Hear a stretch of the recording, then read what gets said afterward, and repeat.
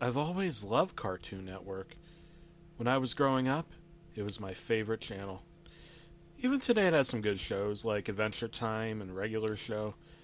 One of the newest programs on the network, The Amazing World of Gumball, is a cute and mildly entertaining one. Not really my cup of tea. It's a little immature, but my little brother seems to like it a lot. One day I was watching Adult Swim when I realized I'd been up so late that I hadn't even kept track of the time. It was already 4 a.m. I don't recall ever watching Ass this late, so I stayed awake to see what would happen when it ended. A little bumper showed up at the bottom of the screen during a commercial break. It said that a special episode of The Amazing World of Gumball was about to come on. I was a little confused about an episode of a very popular new show coming on this early, but I was bored, and I decided I'd watch it, thinking it might come on later in the day so I could spoil it for my brother. Sort of mean, I know. The flashy and energetic intro theme played, although it was played a little differently than I recall. The music was a little different, and the show's logo wasn't animated. Its colors were done rather sloppily as well, almost like something a little kid would do on a doodle board or a glow board. I ignored it. I assumed it was done just for this special episode. The title of the episode was The Grieving. Sort of a sad title, but I didn't really pay too much attention. It began with Gumball, the show's 12-year-old protagonist, standing alone facing a corner of his dimly lit classroom. He looked absolutely miserable, a far cry from the cheerful demeanor he usually had. There was no one else in the room, not even his best friend and adopted brother Darwin the goldfish, and the windows in the room clearly showed the night sky outside. I was really getting confused. Why would he be at school at night, and why was he standing in the corner, all sad and alone? After about what seemed like a minute of Gumball standing somberly in the corner, the scene suddenly changed. We were in Gumball's house. Once again, the scene was silent and a little disquieting. Richard, Gumball's enormous rabbit father, walks in from the kitchen. He looked even more miserable than Gumball had in the previous scene. Richard isn't wearing his usual attire. He's dressed in a fancy black suit, a little uncharacteristic of him, as he's usually a slob. He sighs, slumps down onto the sofa, and he starts sobbing intensely, sounding like someone had just lost something important. I was starting to get a little creeped out. Where was the silly, fun cartoon that I usually look forward to watching with my younger brother? This was something completely different. I was beginning to think that this might have been something the creators did as an experiment or something, a test of the animation or sound, perhaps. Though it couldn't have been, aside from the opening theme, which was still different from the final shows. The episode had been much quieter than it usually was. Only subtle sounds, very little music. The animation wasn't anything to write home about either. It was done a bit like an amateur Flash on Newgrounds. The character designs were somewhat sloppy and rush-looking, and the real-life backgrounds used for the show, well, they looked different. As confused and somewhat frightened as I was, for some reason I kept on watching it. Poor Richard was still sobbing on the sofa as the front door opened suddenly, making me jump a bit at such a loud noise, and Gumball's mother Nicole, a blue cat like him, stepped in. Like Richard, she wasn't wearing her usual outfit. For some reason, she was in a black dress and was wearing a pretty black hat to match. Nicole sat down on the couch to comfort her husband, although she was looking a bit saddened herself. By this point, Richard's crying had began to get more pained and miserable sounding. This wasn't the normal cartoon crying on the show. This was realistic, almost depressing crying. I almost felt like sobbing myself. Finally, after what seemed like hours, the sad scene at their home ended as it shifted back to the school. We weren't in Gumball's classroom this time. We were in Principal Brown's office. Nicole and Richard were there in their usual clothes, looking more normal and happy than they did before, but still slightly worried. Principal Brown, however, looked extremely sad. He quietly and somberly informed them that their children, Aeneas and Darwin, were not present after lunch earlier that day. They hadn't been seen at all the rest of the day. Nicole was instantly furious at him. She began spouting various insults and calls at him that I don't think would have made it on a more mature program like regular show. Listen, I was laughing at this. It seems sort of funny for Nicole to flip out in this manner and start swearing like a sailor in a G-rated cartoon. But my outlook soon changed when Principal Brown told her something else after she finally had quieted down. His eyes began to tear up as he informed them that they eventually were found, but they hadn't been found alive. He then went into graphic and nearly nauseating detail, describing how their bodies were found, their parents sitting in utter shock. I could hardly believe what was happening. How could such a cheery and fun kids show be taking such a dark and twisted turn? I was considering turning the television off, but I was too scared to be left in the dark by now, nearly frozen by fear and disturbed intensely at the terrible things that he was saying. Another flashback. The scene was earlier that day, and the animation in this scene was even worse than earlier. I don't remember very clearly, but I think he began his recollection by saying that the school had called the police department when they first turned up missing, believing that the kids had simply ran off and decided to skip school. They said it was very uncharacteristic of both Darwin and Aeneas to go skipping school like delinquents. Darwin was a little naive and a bit ditzy, but he was a good kid, and wouldn't have even dreamed of doing something like that. And Aeneas was even less likely to run away. She was a straight-A student, despite being only 4, which also troubled the police, seeing as a defenseless 4-year-old little girl was missing as well as an older boy. The school had been thoroughly checked, so the police started to search the heavily wooded area outside of the school. It took little time for the police to discover the horrifying fate of Aeneas. In a small clearing outside of the school, Aeneas's head was found in a small box. Oh, you likely would have expected something like that to be shown in the show's cutesy art style. There was nothing like that at all. Realistic blood covered the box inside and out, while Aeneas's head was done in the usual style, but was drenched in blood and some other fluids. Not all of them hers, apparently. There was a note in the box, seemingly written in her blood. It was never stated during the episode what exactly was written on the note, but it apparently led to the rest of her remains and Darwin's heavily mutilated corpse. What I remember most about this scene was how out of place it seemed. All the blood and gore from Darwin and Aeneas' slaughtered and dismembered remains was done in a very realistic and disturbing way. The scene had been taken from a crime scene photograph done by a professional, not something from a cartoon. The way this scene was animated was different from most of the show as well. You may know that the characters from this series are done in vastly differing animation styles, like flash animation to CGI, and I think that there's even a character done by someone putting their chin upside down to make a face. This particular scene wasn't anything like I'd ever seen on the show before.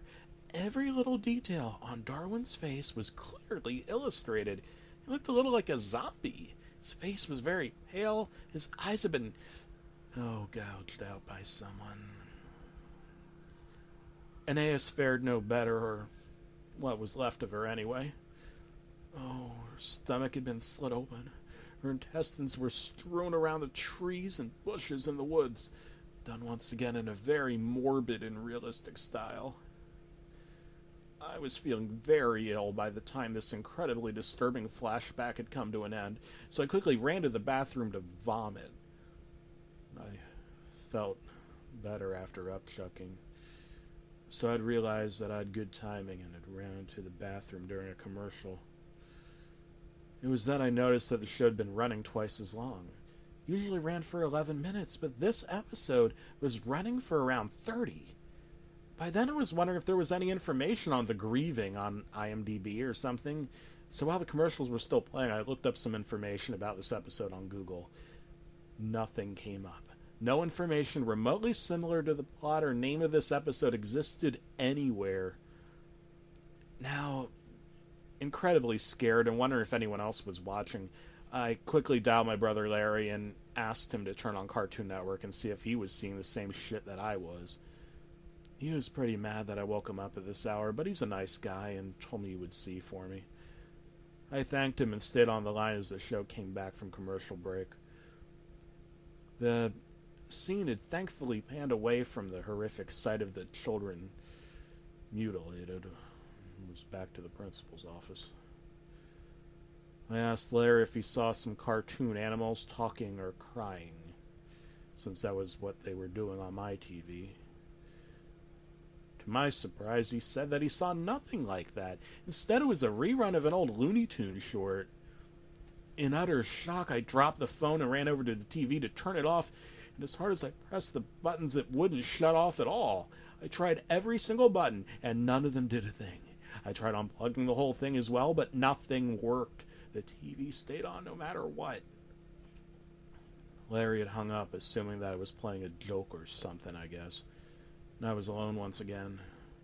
My door was locked from the outside somehow, and the door to my bathroom was now locked as well.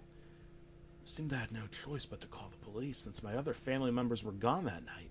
It was the reason I could stay up so late to watch Adult Swim in the first place. When I hurriedly dialed the number, I accidentally dropped my cell phone into my cup of Pepsi. I was very scared. I had no choice but to finish the episode. I turned on all the lights in my room and got under the covers, hiding like my little brother does when I make him watch scary movies with me. I had apparently missed a little bit, but Gumball's parents were still talking to Principal Brown, so not that much. Nicole was asking if Gumball was all right, apparently since she hadn't remembered him when Principal Brown told her what had happened to Darwin and Aeneas. He looked slightly confused and shocked for a moment and explained to her that he thought Gumball was out sick today, had spent the day at home by himself with the stomach bug.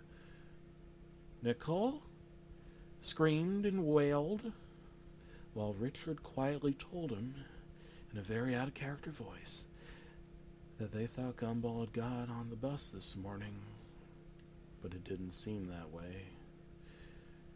The police were called once again to search the building and the small forest outside of Elmore Junior High. They'd found him in Miss Simeon's classroom, hanging by a noose, with a blood-covered knife behind him and blood covering his clothing. The episode ended with the shot of Gumball's dead body hanging there in the corner, fading to black. The credits rolled silently, not like the usual way Cartoon Network annoyingly airs a promo that squishes half the screen. These credits rolled unusually slow, and they weren't fun to watch either. A little creepy. It's plain white text scrolling on a black background. I only recognized Ben Buckley's name, as he was the creator of the show. The rest were people I'd never heard of. The copyright notice at the end said copyright Cartoon Network Studios 2001. Incredibly odd, seeing as the show was new for 2011. After all that was over, the screen went to static for a split second, during which some incredibly creepy and shocking video clips were shown between static intervals. I can still remember them all very clearly. Pirates. Well, the first was a picture of a person in a leg doctor outfit. Those always scared me for some reason. And the way the person in the suit was filmed was just as bad. A red light, something that freaks me out incredibly, was shown over the clip. Next was what seemed like a video being played very quickly, over and over, of a kitten's face being squished by a woman wearing high heels, which was strange because a so-called friend of mine sent me a picture yesterday of a cat being stepped on and killed, similar to the kitten in the video. The last one was the one that disturbed me the most, made me want to both cry and vomit my guts out. It was my little brother, or at least a small child who looked very similar to him, being shot in the face by a person who looked like my father. You could clearly see the child's brains and blood splattered on the wall. I began to sob uncontrollably after that traumatizing clip. So much that I passed out. Oh, when I woke up, my door was unlocked, my television turned off. I went to call the police on the home phone in my kitchen to report that I'd seen some very disturbing things on TV and that my doors had been locked. When they arrived, they could find nothing like what I remembered from early this morning. My internet history was even cleared. They were angry at me and just assumed I had a bad nightmare. I was sure I hadn't. Thankfully, one of the officers felt bad for me and took me out to a small diner so I could recollect my thoughts. At the diner, I remember that my family was out visiting my aunt. They were supposed to be back by noon or so. It was already 11, so the officer and I drove back only to find a whole squad of police cars, even some government agents at my house. They explained to me that my little brother was missing and that my mother and father were major suspects. I was freaking out, trying to tell them about the disturbing clip of the boy who looked like my brother being shot in the head, but they wouldn't listen. I stayed with my older brother Larry, who wouldn't believe me either, still insisting that all he saw was an old Looney Tunes cartoon and nothing at all creepy or weird. The cops eventually told me that they would contact Turner Broadcasting and tell them about the incident. A representative of Turner Broadcasting came to my cousin's house to talk to me in private about what I'd seen and experienced that night. He was very kind, but it seemed a little like some sort of front. After I could tell him all I remembered, he agreed to play back that day's programming from when the incident with the disturbing Gumball episode had occurred. Well, to my shock, all that was airing at the time was an old Looney Tunes short. Nothing more, nothing less. I hysterically sobbed and moaned that what I'd experienced and seen was completely real, but no one listened. Eventually, I discovered that Ben Buckley had a Twitter account, so I sent a message about the episode, and this was the reply I got. One thing. How in the heck did you find that? I never, ever, ever thought I would think about that old shame again. Oh, don't tell anyone this, Sarah. Yes, that's my name. But the amazing world of Gumball goes back further than you know. I used to have a really boring job as a teen, and I sketched little drawings of the Wattersons and friends. The episode you saw was never supposed to be seen by anyone but me and a few friends of mine.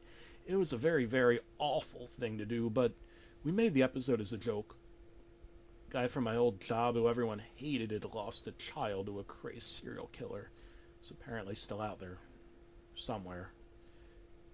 Anyway, we made it so we could make fun of how he came into work, usually.